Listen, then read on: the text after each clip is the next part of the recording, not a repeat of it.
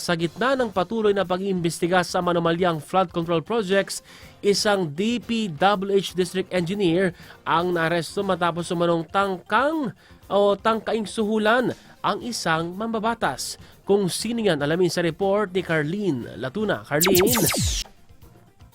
Kinumpirma ng opisina ni Batangas 1st District Representative Leandro Leviste na maghahain sila ng kaso laban kay DPWH Batangas 1st District Engineer Adelardo Calalo.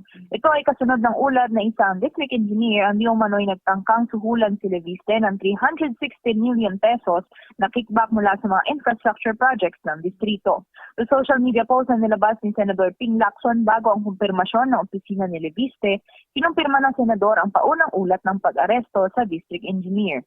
Ayon sa pahayag ng opisina ni Leviste, hindi nila pahihintulutan ang korupsyon na nagaganap sa mga proyekto ng DPWH. Bago pa ilabas ang pahayag, pinakita na ni Leviste ang kalagayan ng mga flood control projects sa distrito na agad nasisira dahil sa mga bagyo. Iaayon ang naturang kaso kay District Engineer Calalo sa tanggapan ng Batangas Provincial Prosecutor bukas, August 26. Carlene Latuna, Newsline.